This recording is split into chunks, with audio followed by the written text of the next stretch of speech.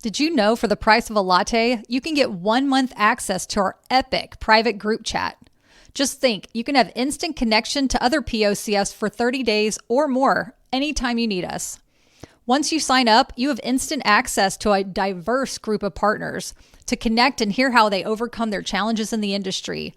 Learn how to expand and grow your direct-to-consumer fishing businesses. You get on-demand group support for yourself anytime you need it. You can learn about what's happening outside of your fishing bubble and bond over relatable ways to weather through the hard times. You can learn more about what's happening in fishing communities outside the U.S. and in the U.S. if you're international like some of our members. You can learn from other partners on how to get more involved in your fishery. You'll have a group of peers who are willing to explain terms and other things you might not understand. You have a place to bounce ideas off of, a place to relate to this unique lifestyle, empathize with others, and celebrate the wins, a place to listen and learn and be able to ask questions, a place of genuine kindness, positivity, and friendship. As one member in our private chat said, connecting with others in this lifestyle is not only valuable to me, but it also gives me a feeling of worth in being able to share my experiences and help others. We'd love to have you join. Go to POCFpride.com and select the menu option Sign Up to get instant access today. We can't wait to meet you.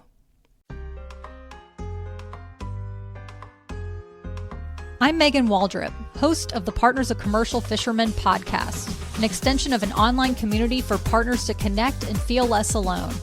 Our podcast invites fishermen, family, friends, and supporters of the industry to learn, laugh, vent, and hear stories about this incredibly unique way of life. What do you say? Let's dive in.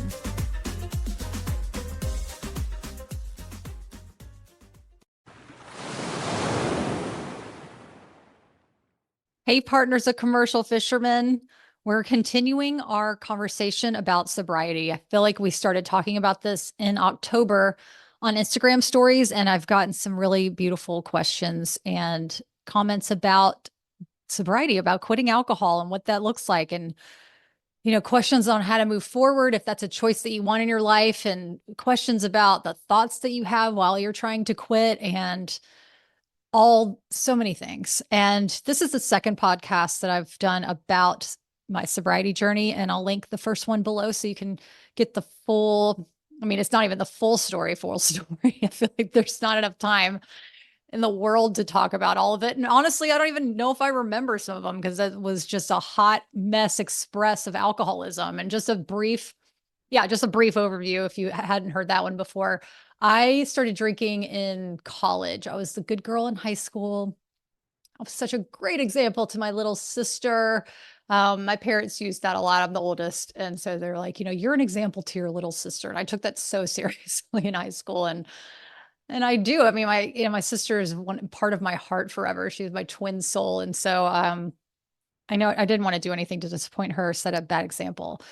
But hell yeah, when I went to college, I was free. And so I thought, this is the time that I'm going to experiment with alcohol and smoking and,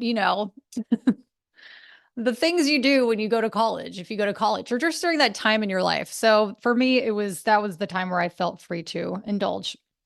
And indulge I did.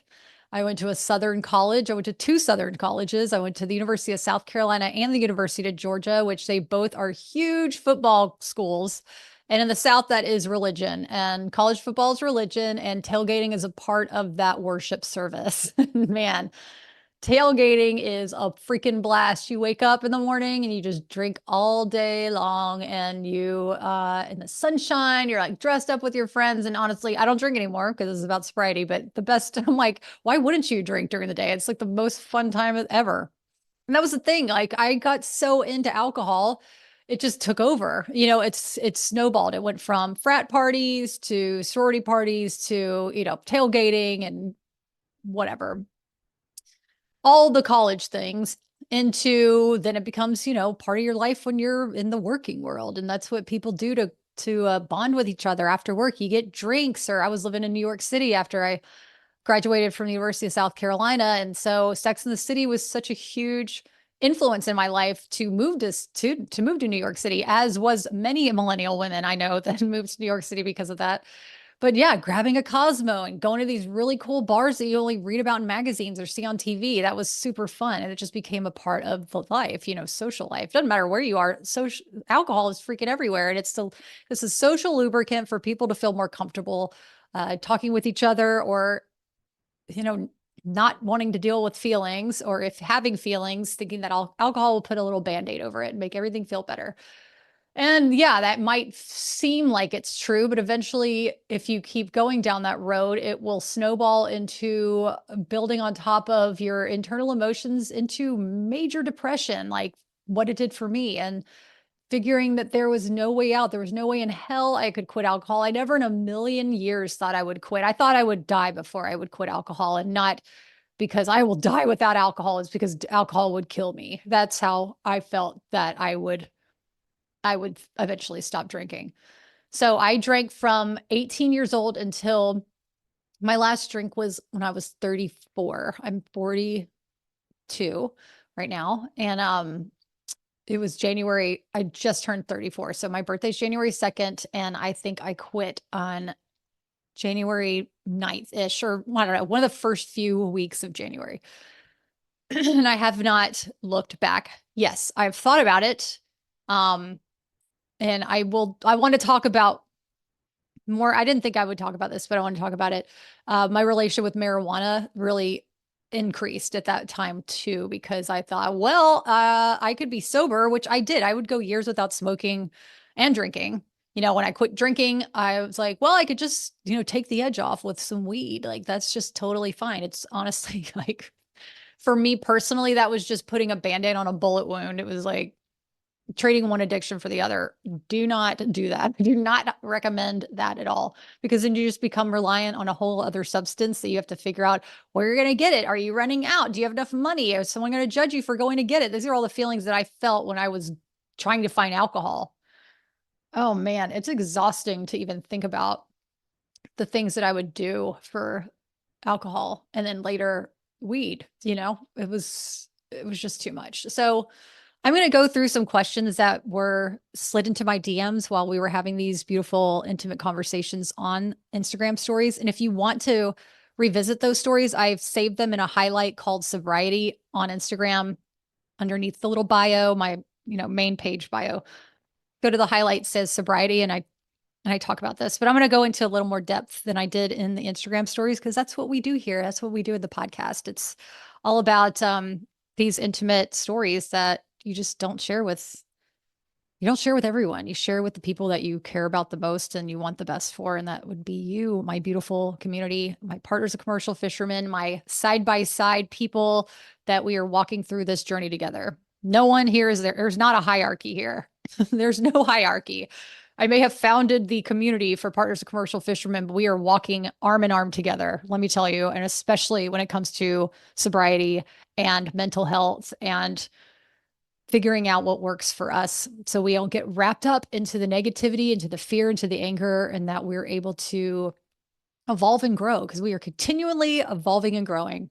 No matter what you think, it does happen. And, some days are easier than others. And that goes into the first question that says, I said, what do y'all want to talk about? This person said, tell us everything, especially about not thinking about it, because I'm never not thinking about it. What made you quit? What made me quit thinking about it? Oh man, that's such a good question. So what made me quit thinking about it? When I first quit drinking alcohol, because it becomes so routine, as I'm sure that you might understand and probably experience, you're like, oh, it's the end of the day. It's 4 o'clock. I'm going to pour a glass of wine or have a beer or make a liquor drink or whatever it is. Oh, the sun's out. I need a mimosa. Oh, I just woke up. It's time for a Bloody Mary. Whatever it is, there's going to be triggers in your life that you're just so used to blindly going towards that alcohol source that you're like, wait, what? Now that it's missing, now that I'm not doing that, what do I do with my hands? What do I do with my time? Like, I'm freaking out. I don't know what to do with myself. For me, when I'd have those moments of going, damn, I wish I had a beer. I wish I could have a drink. I wish I could go to this social event and enjoy alcohol like the people around me seem like they are. We don't know what people are going through, but it just looks so casual to just have a glass of wine. Like, I also couldn't imagine when people are like, I'll just have a glass of wine, and then they leave half of it. I'm like, how do you not chug that bitch? Like chug that glass of wine. How are you just leaving how are you leaving a product of alcohol without being consumed? Anyway, I never got that. That's because I'm an addict, ladies and gentlemen, to this stuff. And yeah, I just never understood people that were able to do that. So how did I quit thinking about it? Honestly, it compounded on itself. I would think, for me, I would think about the hangovers, and that was what helped me get over it. I would think about waking up and having that headache that lasted all day, maybe into the next day, maybe into the next day, depending on how bad the headache and hangover was, how much I consumed. And I would just think about how shitty that felt and how I just didn't want that anymore. And that would help me. I would like every time I got triggered about alcohol, I'm like, but you can't handle it and you eventually feel like shit. Like you can't just have a glass of wine and then leave half of it. You can't, your relationship to alcohol is not what some other persons that you think their relationship to alcohol is. Like you just can't do it. So what made me stop thinking about it is that I eventually was able to do something else with my time, another to not consume alcohol. At one point for me, that was, or many points for me, it was smoking weed, which honestly, did it help or did it just increase my anxiety? That's really what it happened. It's like smoking weed, the ritual of smoking weed, you pack a bowl or roll a joint or however you want to do it. But it's the same type of thing as like pulling a glass down, uncorking a bottle, pouring the glass. There's that ritual around it. And so for me, it was weed. And I was like, this is helping. No, it wasn't. It wasn't helping. It might have temporarily seemed like it was helping, but it was just me escaping from reality and not wanting to deal with my feelings, which at first, when I quit drinking alcohol, was anger. I was so effing pissed. Like deep seated rage within me. I was so angry. Let's see, I quit when I was in California, but I had tried to quit many times, or I was on the journey to actually stop drinking for many times. And that's the other thing. If you're on a sobriety journey and you feel like you slipped and you've consuming alcohol in a way that makes you feel not good about yourself, that's okay. You can always start over. It's no one's watching you. The only person that is really truly being affected by this is you, and I know that you know that because that's why we're having this conversation. Um, and if you don't have a problem with alcohol, that's great. I applaud you. I'm glad that other people can actually enjoy it without it consuming their lives.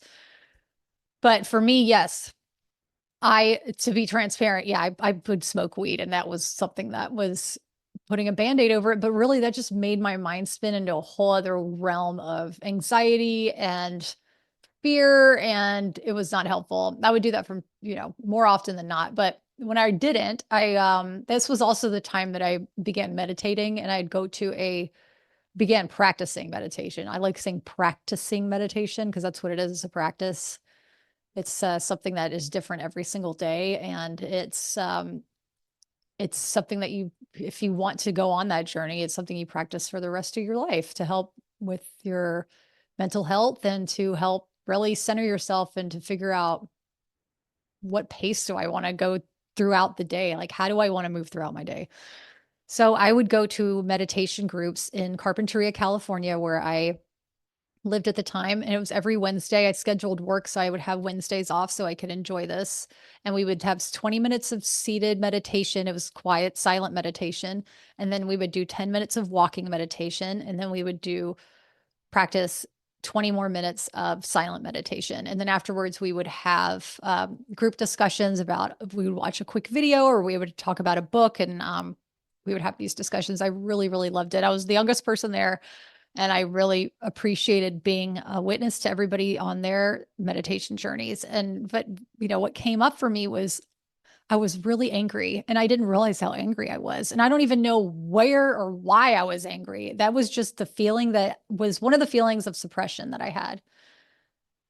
And oh man, actually, I'm going to tell you all this. This is really intimate. I remember cleaning out my closet. This was years after after I quit drinking. It was, and I found an old journal, and there was only one page written in the journal. And it was when I was 19 years old. And it said something to the effect of, I don't know why I'm so depressed, I'm so sad. And I keep drinking and it's not helping me. And that is the only thing that was written in that journal. And I thought, oh my God, that was the beginning of me not being able to self-soothe. That was the beginning of me not being able to handle my emotions. And so it snowballed until I crashed and burned and started to compound this rage within me. So I would sit and I'd have this rage in meditation. And then I'm getting pissed at meditation because I'm like, aren't I supposed to feel better? Like, what the F is happening? And I talked to my meditation teachers. I call them my spiritual parentals. They're dear friends of mine. I said, I don't understand. I thought I was supposed to be feeling better. I'm meditating. I'm sitting within myself. Why am I feeling rage? And they said, well, when you start meditating, when you begin practicing to meditate, this is totally normal because you're used to not being aware of these feelings. You're used to just moving throughout your day with that energy in your body and you're not even realizing where that energy is coming from, but that's how you're moving throughout your day. And you just weren't aware of it before, but now you're aware of it. And the fact that you can even be aware of it means you're separate from it. And that really enlightened me a lot. I was like, oh, wow. Okay. So this is something I need to practice and honestly feel. I need to feel it and release it. I need to continually sit my butt down on this meditation cushion and feel my effing feelings. And when they've mentioned about whenever you're feeling it and you're aware of it, that you're separate from it, that also makes me realize that whenever you admit that you have a problem with alcohol or marijuana or whatever it is, opiates, any kind of addiction, sex, food, shopping, people pleasing, reality TV, social media, whatever it is, once you're able to realize that you do have that problem, you're officially separate from it. You've already made, like when people say that's the first step is admitting it. And at first you're like, cool, that's such an eye roll. I've heard that so many times. What does that actually mean? But now I get it. It's like once you're able to admit it and actually be aware of it, that means that you're already separating from it. And that's the other thing. Whenever the person who DM'd me about how do you not think about it all the time because she's always thinking about it. That's the thing. Whenever something in your body knows that it's about to be released, your body's like, oh, no, no, no, no, no. We like being angry. We like thinking about alcohol because that's what we're used to. And you've programmed us to have this feeling for years. And so I don't know what you're trying to do, trying to change everything and have us release it. But no, we're going to hold on for dear effing life because we're so used to having this feeling and change is scary. So it's okay. You can be angry. It's okay. Like, just have another drink. Like, just think about drinking. Think about drinking because you programmed us to do this. You think about weed. Think about weed because you've programmed us, and that is safe. That is familiar. And so then it's like your body is responding to this change. It's like scared, It's like, oh shit, like this person is no longer wanting to think about it. We're going to make you think about it until with the death grip of our hands. That death grip will slowly ease out because it has to, and it will, especially if you keep pushing towards that goal.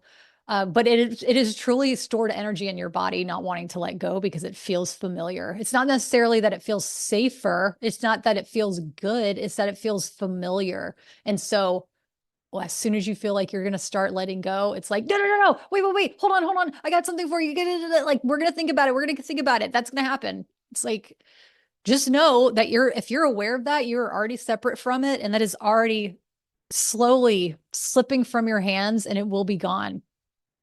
And this is another thing. I was trying to explain this on Instagram and I don't know if it actually came out clearly, but if one day you're having a great day, you're like, I'm empowered. I feel like I don't need substances that are going to control my life. I can do this. And you will have those days and you deserve those days. And hell yeah. And eventually those days will be every day.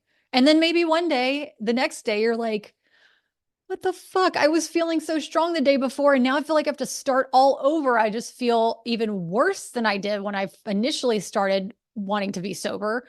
This is even harder than I remember. And I don't know if I can do this. Those are normal feelings. They are going to come and go. And part of that is, like I was mentioning, is that stored energy in your body that's not used to it. And it's like, oh my God, I'm so tired. I don't know if I can do this. But the thing is, you're not starting from baseline zero whenever you feel those feelings come up and kind of take hold of you again. When you're feeling strong, and then the next day you're feeling not so strong. You're not it's not like you poured that water out of the bucket and you got to fill it up again. Even though you might feel at the pit of despair of that bucket, you've already filled that bucket up enough with enough water that you're just going to compound it again by practicing to feel your most sober, elevated self, and to practice sobriety in ways that feel right for you.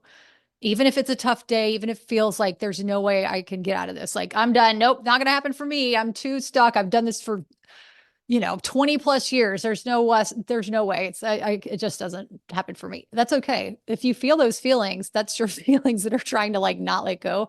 But you're just pouring more into that bucket and the water is rising. That water has not evaporated. That water has not leaked out. Your bucket is getting more full every single time. So every time you practice, you're filling it up more. You're filling it up more. You're filling it up more.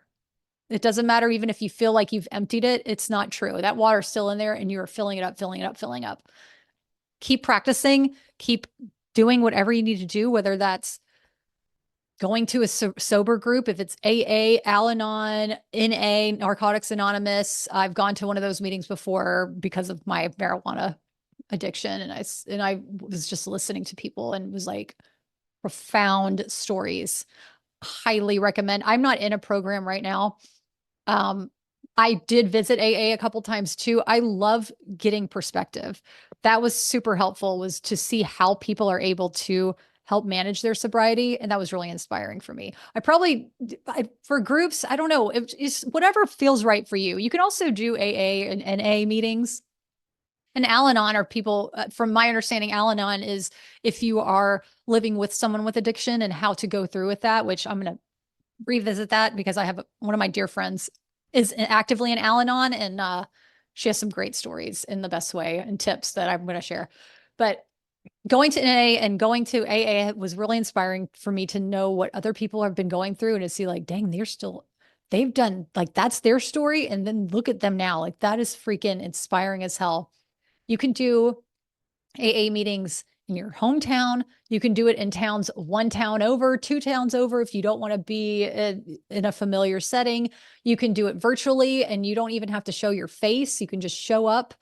They have meetings. I'll put links to all this in the show notes.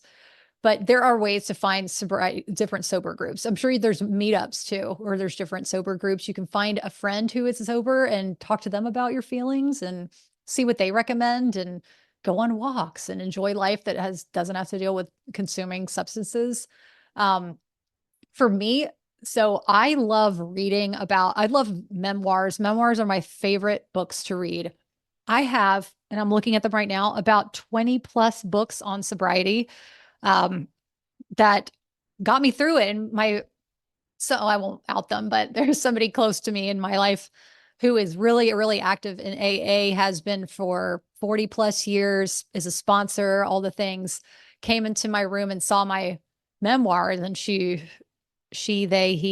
picked up the book and said, "Oh, these are your meetings. This is like going to an AA meeting. You're reading other people's stories and being inspired by them." And I was like, "Oh, that is like my AA meetings, these memoirs of addiction." It was really interesting to see that. It's like, okay, I'm still getting that type of community in a sense, or at least awareness around different people's experiences through reading memoirs. And there's so many good ones out there.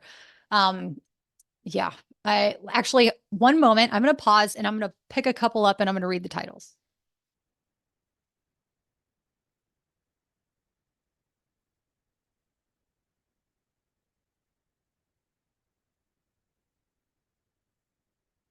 And I'm back. Okay, I'm just going to go through them.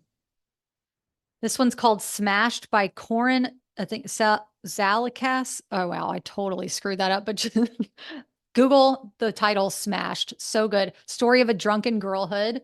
The Basketball Diaries by Jim Carroll. I'm sure you've maybe seen the movie with Leonardo DiCaprio. Great book.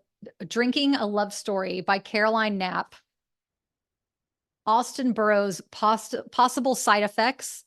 Drunk Mom, a Memoir by Joita Bydlowska. Wow, I totally jacked it up. Drunk Mom, a Memoir. Look that up. Cherry by Mary Carr. And The Liars Club by Mary Karr. Mary Karr is one of my favorite authors of all time. She redefined memoir writing. She is a freaking queen bee, queen and king. Beautiful Boy, A Father's Journey Through His Son's Addiction. I actually haven't read that one. Dry, a memoir, another one by Augustin Burroughs. That one is so freaking awesome. All these are great. I love every single one of these. We All Fall Down, Living with Addiction by Nick Sheff. This book is actually the book written by the son who is written about in Beautiful Boy. We All Fall Down, Beautiful Boy. That's a son and father writing about it. And then More Now and Again by Elizabeth Wurtzel. Just a few great memoirs about drinking and substance abuse that may be really inspiring to you as they were for me. I'm going to put this back. So one moment.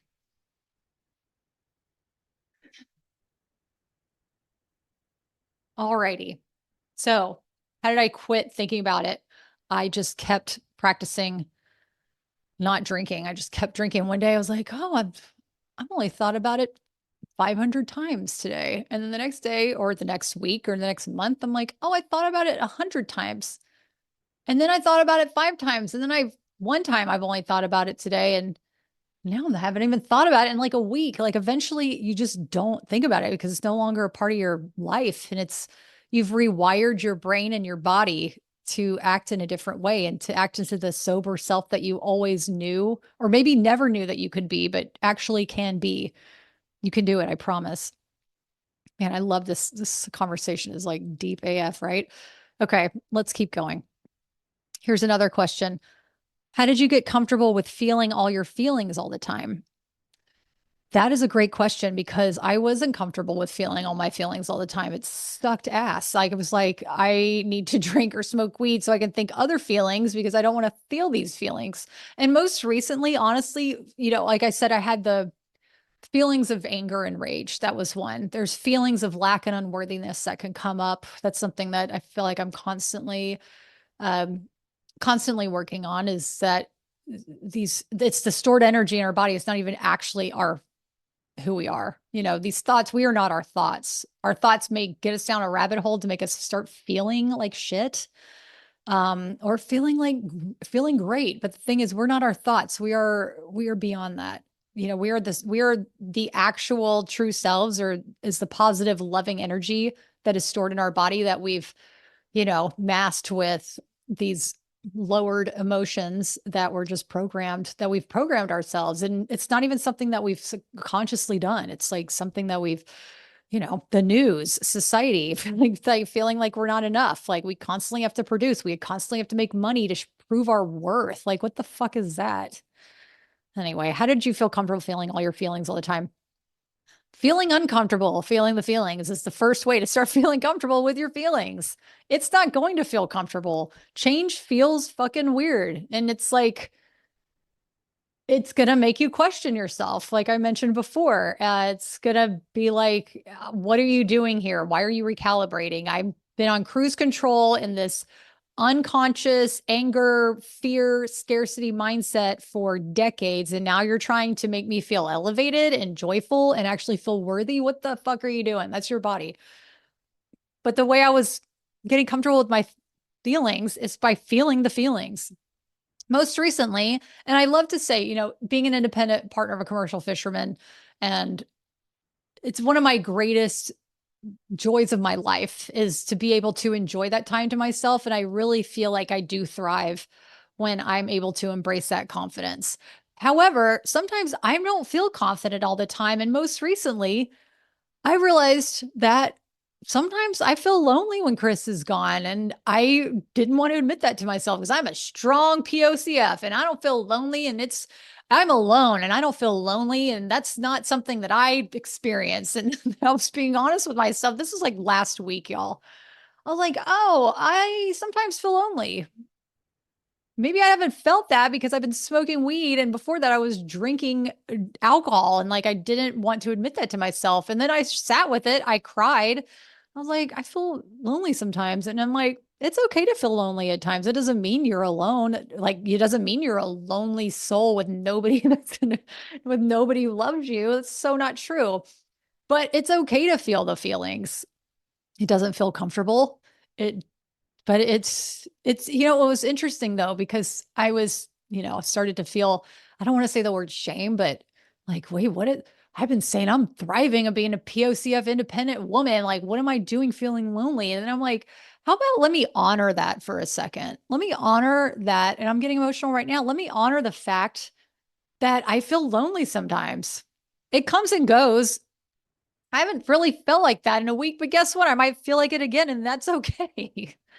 It's okay to feel lonely sometimes. That doesn't mean it's true. It's just like, oh, but the flip side of that was I'm going to honor this feeling and give it space to come up and cry and also think, why do I feel lonely? And feel like, wow, you know what it is? Because I really have so much love in my life. I feel so blessed that I have so much love in my life that my biggest love, my greatest love of my life, which by the way is myself, my second greatest love is my fisherman. He is someone who has brought so much to my life, and I'm going to get emotional because that's what it's all about here. Chris has been such an inspiration to me in so many ways. He inspires me. He first inspired me to see what sobriety could look like because he hasn't drank in, I mean, his story. He has his own story, and I'll let him tell that to whoever if and when he feels like he wants to share. But he hasn't drank in probably 16 years. Excuse me. For me, it's been 9 in January. But he inspired me to see what sobriety could look like without drinking because we would go out. I was drinking when we first met, but I could hide it because we were long distance. So he never really knew the extent of my alcoholism. Also, I was still like on the am I not, like I can handle it. I don't have to drink for a week and then I, get hammered, whatever. But I could hide it from him. But when we'd go out, I wouldn't drink with him. And we would go out with his friends and we'd go to see live music or we'd go to a bar and have dinner and people were drinking and he wasn't. He'd just have his, sparkling, and he was still a little sparkling personality and fun and bubbly and wasn't like anti-alcohol. And I was like, I want to do that. I want to be sober like Chris because he can still enjoy his life and not let it affect him in the sense that he thinks that nobody should drink alcohol ever or shame other people for their choices. Such a huge inspiration. So having a partner that is not drinking has been huge for me. And he's also, one of he is the greatest love of my life. I mean, I wouldn't have my entire I feel that my personal writing career, I've been a journalist for 11 years, but writing the column I Heart, the Sex and the City meets Santa Barbara, um, I was single and I was writing about my dating stories. And then I met Chris and I documented our entire relationship for 5, 6 years. And he's such an inspiration there. And he's the biggest cornerstone inspiration of starting the Partners of Commercial Fishermen, because I wouldn't be a partner of a commercial fisherman without him.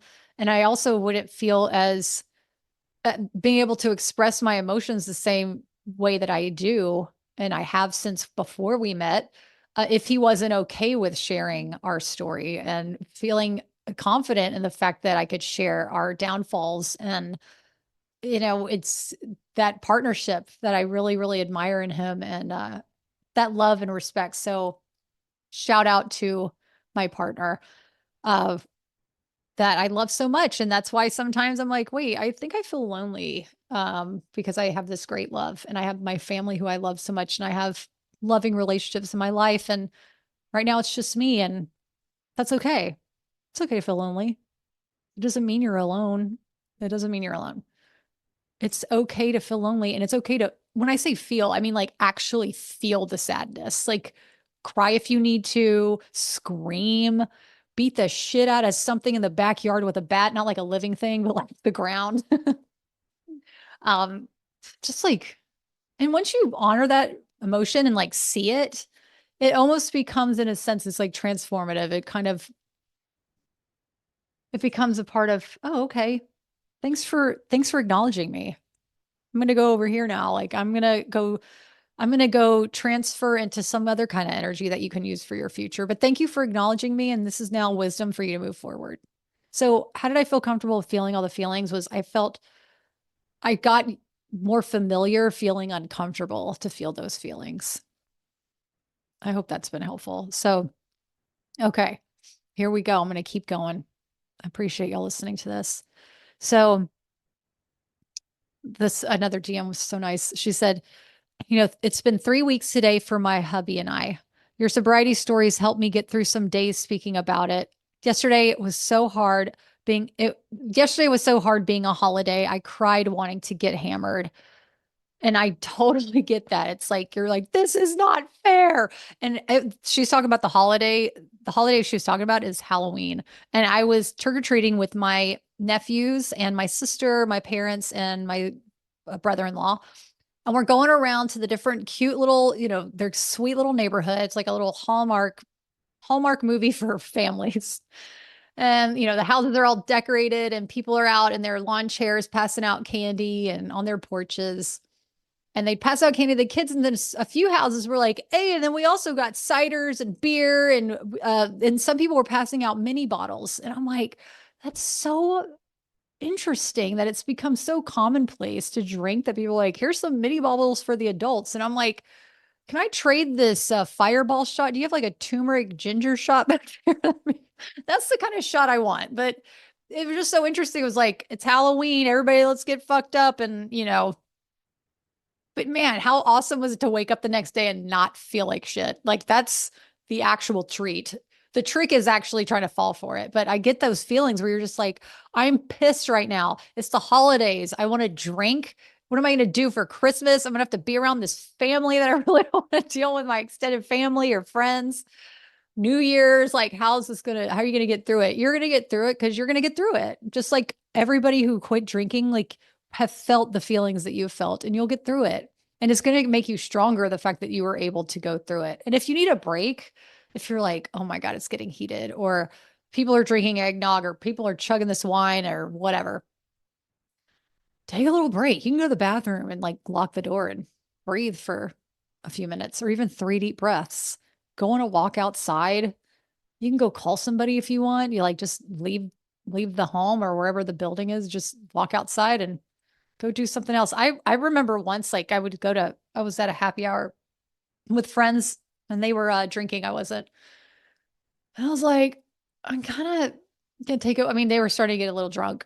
And so I was like, I'm just gonna go in the car and have a snack and just like took a break. I just like went in the car and sat for a little while and had a snack. I think I like listened to a podcast or like listened to some music. And then I went back in. I was like, all right, I'm good. Just like do something to be able to recalibrate yourself. If it's the holidays, or maybe even, don't attend these events if you can. But if you can't not attend, if you have to go, there are ways to get around it. You just take a break from here, just tap out. Be like, I'm tapped, not doing that. Not tapping the keg. That was a dad joke. But I'm tapping out, and you'll get through it. There's other people like you who are feeling exactly like you on those holidays, and they're getting through it, and we can all get through it together, arm in arm. That's how we're doing this. And here's another DM. So I've been reflecting about this all week, about drinking and thinking about drinking. So this week, and I keep going back to this one thought. I think the biggest thing for me is not wanting to say I'm fully sober, because what if I change my mind, or what if I slip up? Will I feel disappointed in myself or feel like I failed? It's such a huge commitment to say I'm sober. What if I don't struggle with alcohol one day and drink here and there the next? Is that okay? This is a constant dance for me. That is so real life, to not want to admit it. And you know what? Honestly, you don't have to admit it. How about just don't admit it? Just lean into the feeling of not wanting to do it anymore if you do. How about just not admitting it? Talking about weed for me right now is like a huge freaking deal, because I've identified with this DM so much, because I'm like, well, what if I smoke weed again? Like, what if I do this and da da da? It's like, how about I just don't think about that right now? Like, I don't need to think about that right now. I just keep doing what makes me feel good. And right now I want to feel clear, and I want something more than I want to get high. And that is, I want to be more present for this community. I want to be more present for my family and my relationship. And I want to be more present in my life, the good and the bad, and the ups and downs. Not honestly the bad, the challenging, the things that that push us to the next level. And I truly believe that, the intentions that we set are what are going to be reflected back towards us. So it's not like I'm thriving in this one area of my life, but if I quietly smoke weed or I quietly drink, no one's going to know. But it's like, yeah, but that like karmic energy kind of is going to give you what you're able to handle at that point in life. And if you're too busy focusing on, substances and how you're able to adjust them in certain way, then whatever's meant for you is going to probably be pushed back just a little bit further. It's going to be a little bit harder to attain than if you weren't able to. That's not a threat. This is just something I personally believe because I've done that before. I'm like, well, I'm going to do this presentation and then I'm going to smoke weed and I'll be fine. But it was the constant dance. I was starting to feel guilty. I wouldn't even enjoy it after a while. I'm like, this sucks. Like after a while, like this sweet man that I met in Mexico, he's a biker dude. He was in his 60s. He's from Boston and he moved to Humboldt County and grew weed for in the 60s and 70s. And then he moved to Mexico. And it's such a thick accent. I loved it. His accent. So he had an email address. He gave me his email address and he said, it's at yahoo.com. And he meant Yahoo, but it's at Yahoo. I'm like, God bless an accent. Southern, Boston, New England, wherever you are, I love an accent. Overseas, they're just so good. I digress. But I was talking to him about weed because I was actually buying weed from him in Mexico. Holy shit, I love that I just said that. And he wasn't really smoking weed. He was a yogi biker. He was like a Harley dude, big time meditator. And I asked him, I said, so like what, weed with you, like how is it for you? And drinking. And he didn't drink anymore. And he said, sometimes even chocolate gets old after a while. Like even sex gets old after a while. Like even whatever you're indulging in will get to the point where it just no longer serves you in the way that you want it to. And you're like, fuck, now I have to deal with my feelings. Now I have to deal with myself. Here we go. So it's a lot easier if you don't get to that point, of course, but many of us, myself included, don't learn that lesson until you hit that wall. And then you're like, well, I don't know what to do now. I feel stuck. I feel lost. I don't know what to do with myself. That's where you talk to other people who are sober. Go to a meeting, call someone, reach out. There's apps for that. There's an app for that. There literally is apps for that. I think one's called Sunnyside that you can, I don't know if it's free or if it's paid, but regardless, you can track your sober days. You can journal about things that you're feeling. I think there's resources in there. I'll also link that. But yeah, even chocolate gets old after a while. Like for me, it was like even weed, like feeling, am I going to feel struggle with alcohol one day here and there? Is it okay? It's like only you know what's okay for you. But if you're questioning it, that probably means that you know that it no longer serves you, but it's just really hard to break that habit. And I totally get that. Talk to people who understand because people do understand what that's like. Even chocolate gets old after a while. And one day you'll be like, I actually want to vomit when I have chocolate. I can't even. It's probably a hard analogy because chocolate is delicious. But yeah. Yeah, you'll have those feelings. And I think that it goes back to the stored energy in your body. Your body's like, whoa, hold on. You trained us for this. We've been Olympic training for this shit for our entire life. And now you want to change?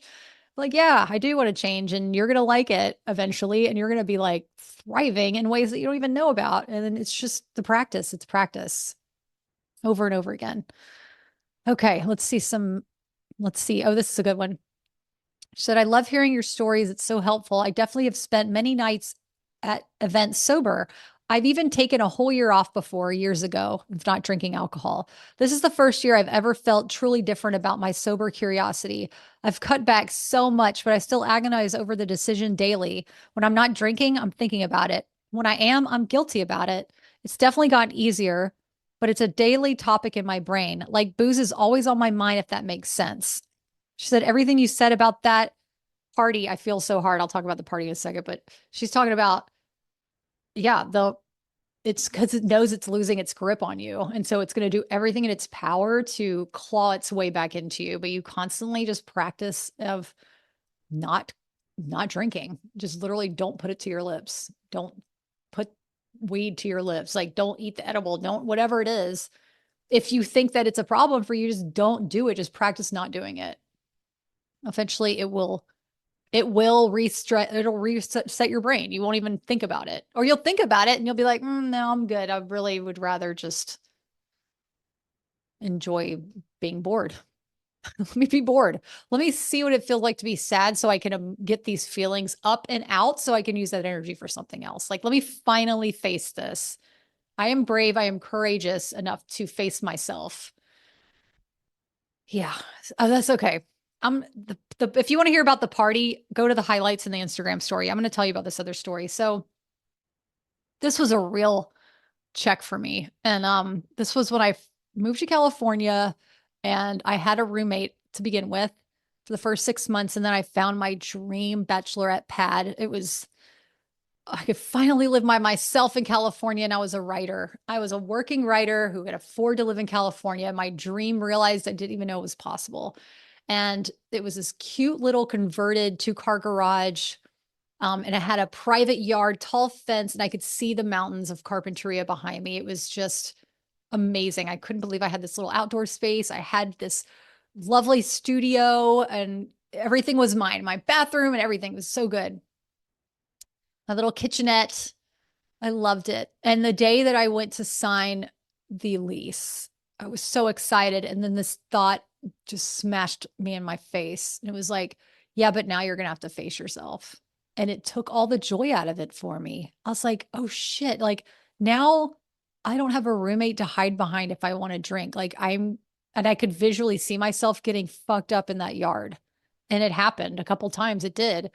And I just remember being like, oh, now you live by yourself and you have everything you want, but now you have to face yourself. And that was such a hard reality for me.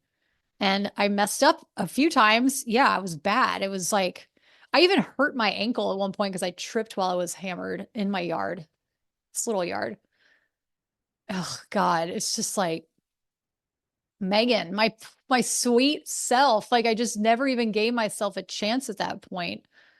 And that was a hard truth for me. It's like we could get everything we could ever want in life, but are we able to face ourselves now while we have exactly what we have and be thankful for what we have now and be able to handle these hard emotions and these hard feelings and challenging feelings? To be able to be okay with ourselves and to love ourselves for who we are and all of our magnificence in the challenging, the shadow selves, and the enlightened parts of our lives that we feel happy and joyful, and the times that we feel sad and lonely and lack. Can we love those parts of ourselves? And if we can, if we could truly accept that parts of ourselves and we're able to take on whatever, nothing's going to be able to touch us in a way. And that's an ongoing practice too. I mean, it's an ongoing practice. I want to shout out to Joe Dispenza. If you ever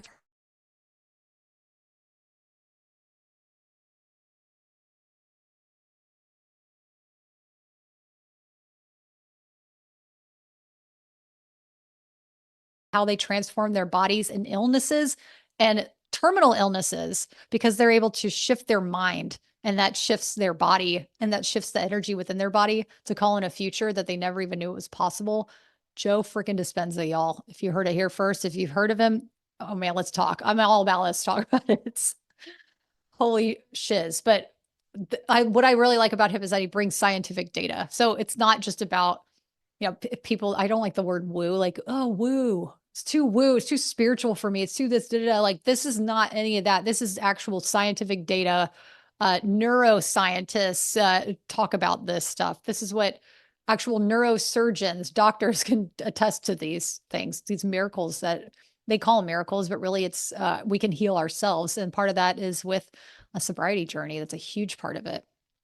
If it's always on your mind, it's because it's losing its grip and that's because you're getting stronger and it's just not wanting to deal with it. But eventually your strength will overcome.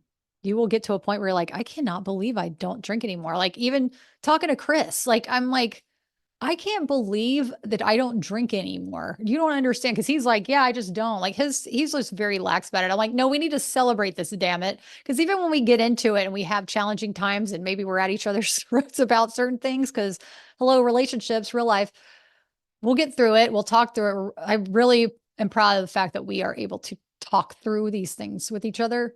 And sometimes I'm like, can you imagine what it would have been like if we were both drinking and having to go through this right now? We wouldn't make it. First of all, we wouldn't even be together. But second of all, how much worse the situation would be so much fucking worse. Like it's not that alcohol, like quitting alcohol will solve all your problems. It just makes it so much easier to handle them and get through them in a more time efficient way that it serves you and everybody. It's like I've said before, I may have 99 problems, but that bitch ain't one. Okay. Like I don't want to deal, like I can't even believe that I don't drink anymore. And I'm not saying that to gloat. I'm just saying that because I really honestly can't fucking believe that I don't drink anymore.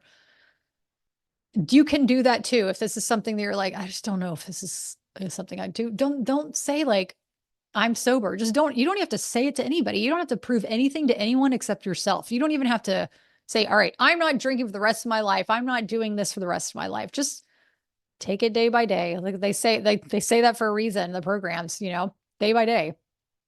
Just like minute by minute, second by second. Like, okay, eventually it just becomes a part of your lifestyle that you don't even realize, you know? So yes, another one said, my vice, that is my vice is white wine. I feel like every day when I get home from work, I just have a glass of wine. It's bad. And she said, I love to try your suggestions. And my suggestion was, if you don't feel triggered by this, to try non-alcoholic beverages. There's so many different ones out there now, like actually alcohol removed beverages. So there's some that have zero alcohol in them, and there's some that are alcohol removed that have like 0.5% alcohol, which for me isn't a big deal because I love kombucha and I haven't actually drank kombucha in a while, but kombucha also has 0.5% from the fermentation. But there's wines and there's liquor and there's beer out there. And there's some wines that are de-alcoholized. So they go through the entire alcohol process and then they take the alcohol out of it. So it has a more richer taste, like it tastes like wine, which is what I like. I want wine that tastes like wine. I don't want wine that tastes like grape juice. They have non-alcoholic beers that are like mind-blowingly taste like beer. Sierra Nevada makes a ton of them. I know there's other ones, Corona, Heineken. I mean, all the major brands now, I feel like almost all the major brands now have a non-alcoholic variety because they know that there's such a huge movement out there of people wanting to not drink or not drink as much. Maybe they just don't feel like drinking as much, but they like the taste. At first for me, if I would have, I think the non-alcoholic in the beginning for me would have been triggering and I would have been pissed that there was no alcohol in it. But now I love it. I have a fridge full of non-alcoholic red wine. Starla is this company. They have single serving bottles of red wine. And it's like it's the perfect taste for me when I'm having whatever I want with my mom and my sister. If they have something to drink, I'm like, I want to have a little something that feels special. And I don't want a sugary fruit juice mocktail, no shame. But those have a lot of sugar in it. And I'm not trying to get jacked on sugar. Like I want to have this Starla. The other thing with Starla, that it's like zero sugar red wine. I also have the non-alcoholic champagne sparkling wine. It actually tastes insanely. It tastes like champagne or sparkling is pretty cool. And then what else do I have? I have these like little elixirs. They have adaptogenics, functional drinks that have, good for digestion, but it has like it's a bitter. It's a bitters, non-alcoholic bitters. And it just kind of gives a little something to a sparkling water or regular water that makes me feel like, oh, I'm doing something special and it tastes different. And it has that little, like a little bite that I want if I'm conversing with friends or family. Otherwise, I would pound the sparkling waters were my go-to whenever I would be with friends that are like at a lake weekend, everybody's drinking beer. I have a cooler full of sparkling waters and kombuchas, and you can mix like one of my drinks was sparkling and pineapple juice. That was like when I'd go out, that was my thing. But now I'm just like, oh, whatever, it gets the edge. It takes the craving away that if I want a beer or red wine, and then I'm like, I'm good. I like have one or I don't know if I even do two, but whatever, it doesn't matter. But there's so many options now. There wasn't back in the day when I quit drinking. I think there was like O'Doul's was the only beer that was out on the market. But that is an option. So my friend was saying, yeah, I feel like it's a routine every time I go home, the white wine. There is white wine out there that is non-alcoholic. They sell it in a lot of grocery stores. I know Whole Foods has some. I think it's called Gilson. Their red wine and their white wine is pretty good. There's one called Free, F-R-E. I don't like that one. It tastes too sweet to me. They have a sparkling. It's too sweet for me. And then there's a red that tastes like grape juice. I mean, to each their own, but I personally don't like those. I want something that tastes more like what it tastes like.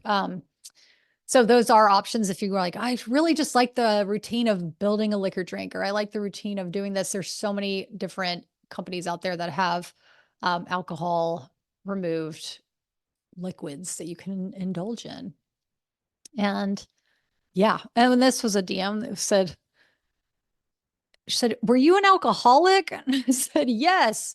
Thankful to be long past. It's been 9 years." And I'm like, alcoholic, it's such a strange word. Guess I've used it sparingly. I know I have a problem with, or I don't know.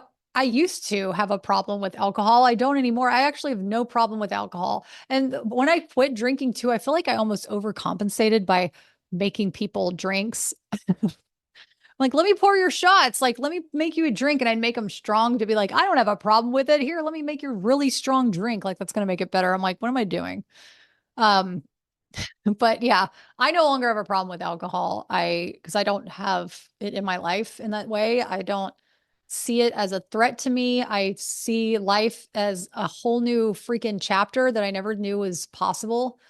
I never thought in a million years, like I said, I will say it forever. I feel like that I would quit. And people said, "So are you really going to quit? Like, are you really done?" Friends I used to tailgate with in college, and they're like, "You're really done drinking? You don't think you'll," I'm like, "No, I'm freaking done drinking for the rest of my life. And I hope for every lifetime beyond this lifetime. I'm done with this. I want to move on and up level into where I'm supposed to be now and to lifetimes forever. Like, this is something that I've overcome.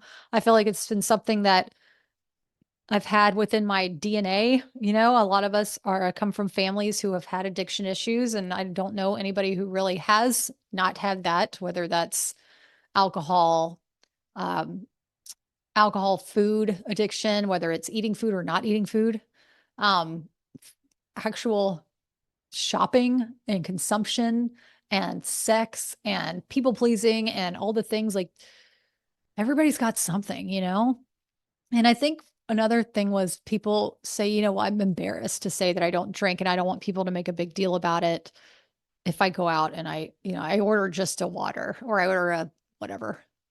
And it's like, that's their deal. That's not your deal. That's okay.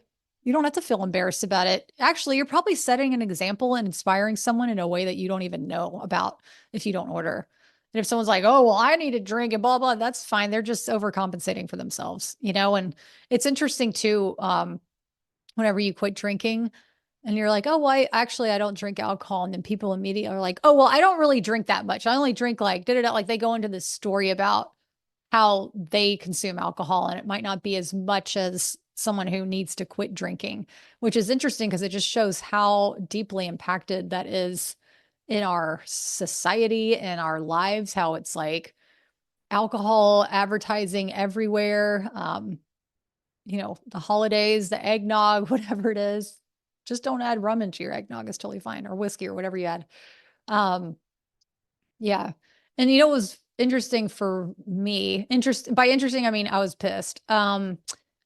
When I quit smoking weed. So weed just recently in the last couple years became legal recreationally in California, which blew my mind, by the way. Why is California like the last West Coast state to have it recreational?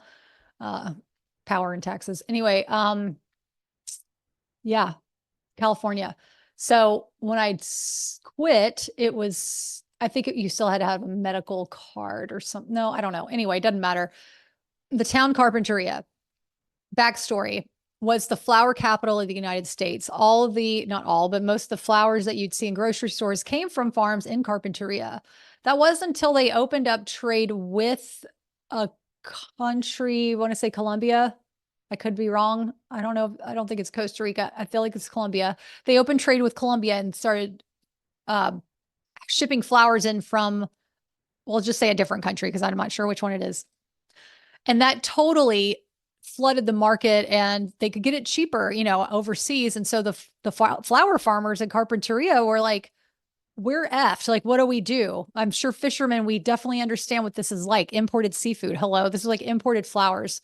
So the farmers turned to growing medical marijuana because they that was a cash crop for them, literally cash crop. They could make money off of it. They weren't even necessarily proponents of weed or marijuana, but they were like, if we have to pivot and grow marijuana to survive, we're going to do it. So the flower farms in Carp, it's all around, it's like all around 101. If you're driving up the coast to 101, it's the ocean and then the mountains. In between that, there's a sweet little town, Carpentria, and there are the flower farms that are now weed farms. And so it smells dank AF up in there. Okay. It smells like the juiciest nugget you've ever had in your life. And it's all these little former flower farms. And so when I quit smoking, I would wake up and I would smell it. It would smell like someone just opened up a jar full of the nicest, juiciest weed ever, and it would crush me. I was pissed. I'm like, well, at least when I quit alcohol, I could at least brush my teeth and not think about it. And maybe then I'd see it in an advertisement in a magazine or social media or the news or TV or whatever. But now this whole other visceral experience of the scent of weed, I was so upset and like I would cry. I'm like, this isn't fair. It wasn't. I felt like it was not fair. Like to be able to say that you're not going to do something and then have this like, isn't the scent one of the most activating senses that we have too? For me, weed is I don't know is anymore, but was one of the most challenging for me. Alcohol, I could remember the hangovers. Weed, it was such an escape because I could go off into la la land before I downward spiral into anxiety. But at the same time, it's like, do I say, I don't know what my journey entails with that. But honestly, right now, I just feel better without it. So I'm just leading with that. And so I really appreciate y'all listening today and letting me share my intimate challenges and struggles that I've gone through and, things that I constantly have to remind myself every day that I'm no longer that person that I thought and I programmed my body to be. I'm no longer that person anymore. I remind myself what it feels like to feel joy and to feel excitement for the future of the unknown, turning the fear of the unknown into excitement into the unknown, whether you're spiritual, religious, atheist, it doesn't matter. Just like putting that trust that the universe works in your favor. The universe is friendly and works in your favor and is going to do things for you that you cannot expect or explain. And the way that we're able to get that into our lives quickly and more quickly is by staying true to ourselves and going and practicing on these challenges and overcoming these challenges second by second, minute by minute, day by day. And we're doing it together, y'all. You're not alone. You're especially not alone in this journey. The fact they're even thinking about it or still listening to this says a lot. It really shows your strength to sit with any kind of emotion that has come up for you during this conversation. And I truly appreciate you listening to me from the bottom of my heart. And I really feel so honored that I get to share this space with y'all. So thank you for being here. And with all my love and POCF pride, y'all, you are not alone. Till next time. Thank you so much for listening. To support our community, I'd so appreciate it if you'd tap the subscribe button to this podcast or write a review. And if you're a POCF who wants to connect further, go to POCFpride.com for weekly vlogs and to learn about opportunities to join our private communities. We'd love to have you.